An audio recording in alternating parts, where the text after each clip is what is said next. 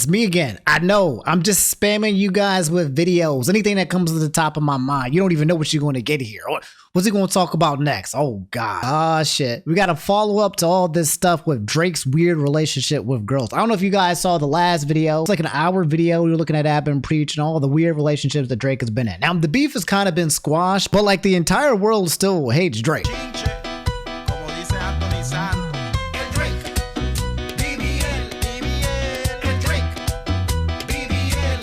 Okay,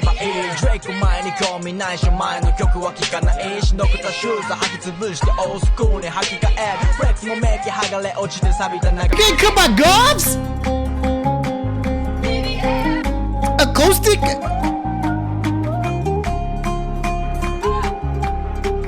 Oh!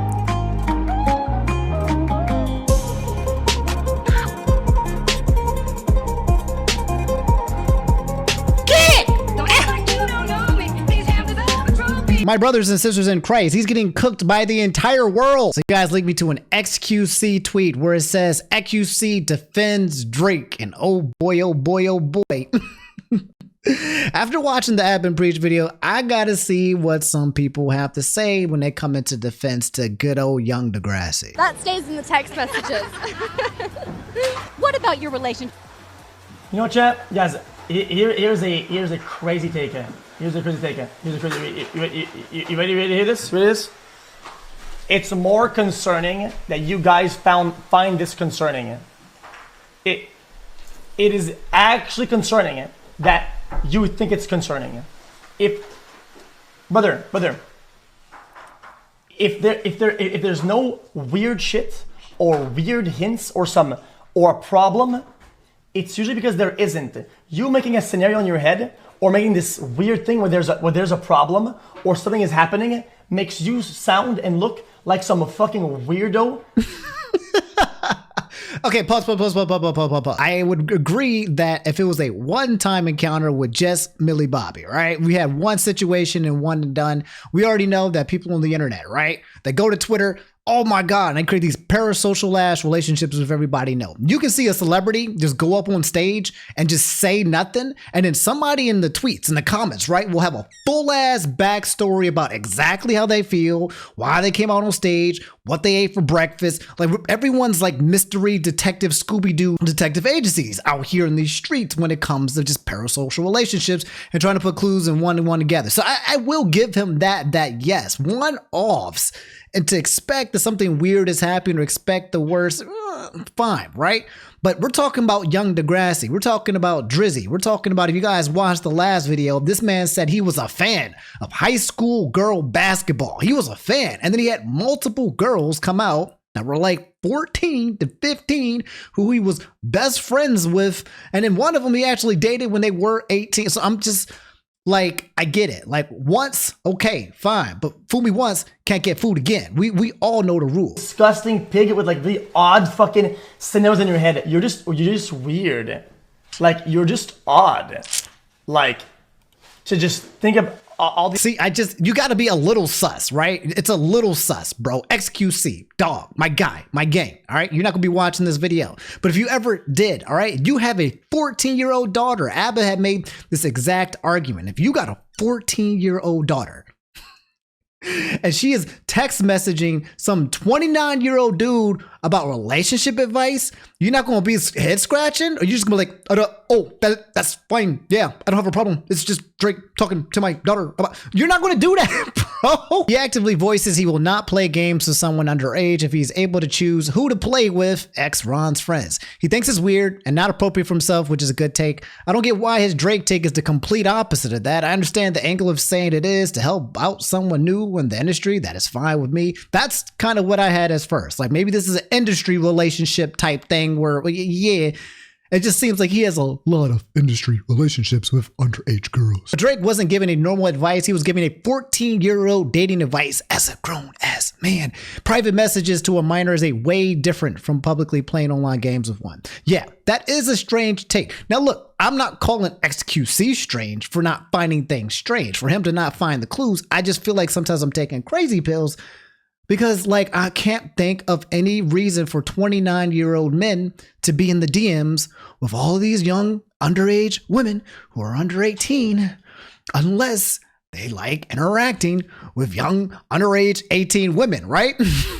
Maybe XQC, I don't know how old he is. Maybe he's not 30 or something, right? But if you're at home, right? If you guys are 25, 30, whatever, you think about your day-to-day activity, whatever it is that you do, it does not have anything to do, hopefully, with high school girls, okay? That's unless you're a teacher or something like that, the last thing on your mind or the last thing that you have in your text messages is you texting 14-year-old, 15-year-old, 16-year-old kids, right? This man had a plethora of them. This man had a whole fucking Pokemon catalog of underage women in his DMs, if it wasn't in his phone or his chats or his Instagrams. And then there's women coming out. These are public women, popular ones. I don't know how many have come out to say. I got to find out more. Let's look at another reaction you sent. Looks like my brother Destiny is responding to it. What does he have to say about this? Text her, I miss you, and they're celebrities. Hold on, even you're loading all of a sudden. When you say he's texting her and he wants to give her dating advice, what if she's the one that brought it up first? Should he say something like, I'm sorry, but it's inappropriate for me to talk to you about high school boys? Or what? Like, what? Yeah. You do it all the time. When some young person comes up to you and starts saying some weird stuff, you just sit there with this 13-year-old and then you start having conversations extended about dating. Yeah, I have before. What do you mean? No, would I tell if a young person came up to me and they were asking me questions about some like boy problems or some shit? Yeah, I'd probably say, yeah, of course. What do you mean, I'm a 35-year-old man? Of course I'm going to have better advice for them than some fucking random high school person. Yeah, of course. Wait. Oh, okay, well then maybe that's just weird behavior even for me. I think that's weird. I think it's more. Hold on. Who are they supposed to ask if not adults? What do you mean? If a 15-year-old girl came up to me and she's like, no. Okay, you don't.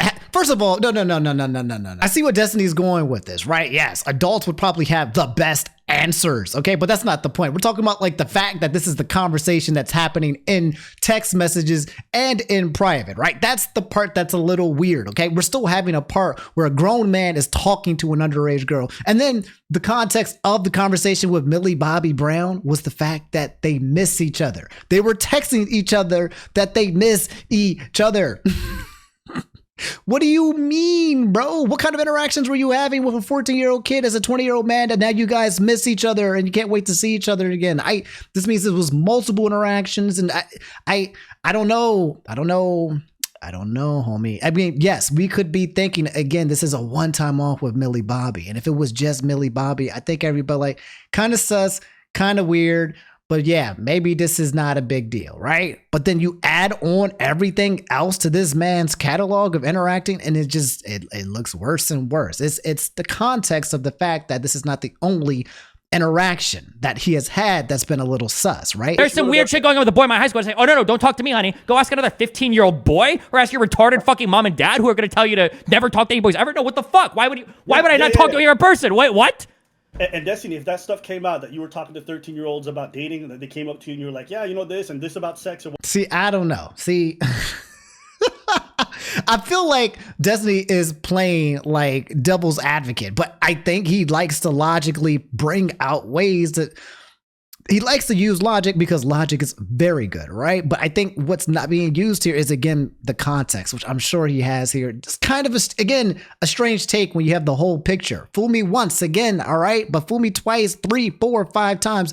Drake, what are you doing, brother? Oh, exactly. The comment section says exactly what I'm saying here. If you're texting a child, I miss you so much. They better be related to you, homie. I said there was only one instance, right? If it's your daughter. Your daughter's like, I'm at summer camp. Dad, I miss you. I miss you too, daughter. That was the example I used. Otherwise, in what world? Give me one scenario where a grown 30-year-old man is allowed to say, I miss you too, to a 14-year-old girl who he is not related to. Let me know where that is actually a scenario where no one will blink an eye and it's not a little tiny sus. Meanwhile, you got a lot of Drake fans who are like, dang, no, not Young Poppy, not Champagne Poppy, not, he gave us Hotline Bling, bro. This man is right here is in tears because he's listening to this song, Not Like Us, and he's just like, oh, no. Any rap nigga, he a free throw, man down, call her Amber Lambs, tell him please, bro, nail a nigga to the cross, he walk around like Tizo. What's up with these jabroni ass niggas? niggas tryna see Compton. The industry can hate me, fuck them all and they mama. How many options you really got? I mean, it's too many options. I'm finna pass on this body, I'm John Stockton. Beat your ass and hide the Bible if God watches. Sometimes you gotta pop out and show niggas. Certified boogeyman, I'm the one that up to score with him. Walking down whole time, I know he got some hole in him. Crying. Say Drake. There's no way my man was crying because he was listening to this song. He was watching his hero get murdered. There's no way. Guys, I'm gonna lean back. Okay, let's just talk to you. I'm gonna talk to you at home. You made it this far. Just small conversation, and you can tell me whatever you feel about it. Okay, I ain't going to judge you if you're still a Drizzy fan or nothing like that. Okay, I get it. He's an artist. He might bring you some music. Your boppers look past the artist. I ain't going to judge you here. That's not what I'm about.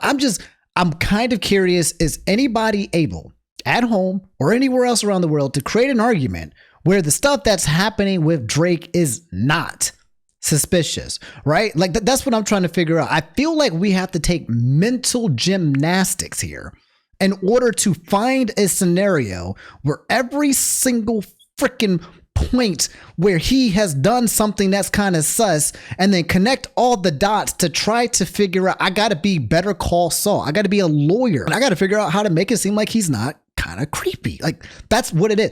If you are in a situation already where you're in a place where people are trying to figure out where you're not creepy and they have to take the mental gymnastics to kind of prove your innocence, you might already be in too deep, homie. And I just feel like it's one of those situations where there's no hard evidence. There's no claim. There's no claim. There's no videotape. There's nothing that says here specifically it happened and he needs to go to jail.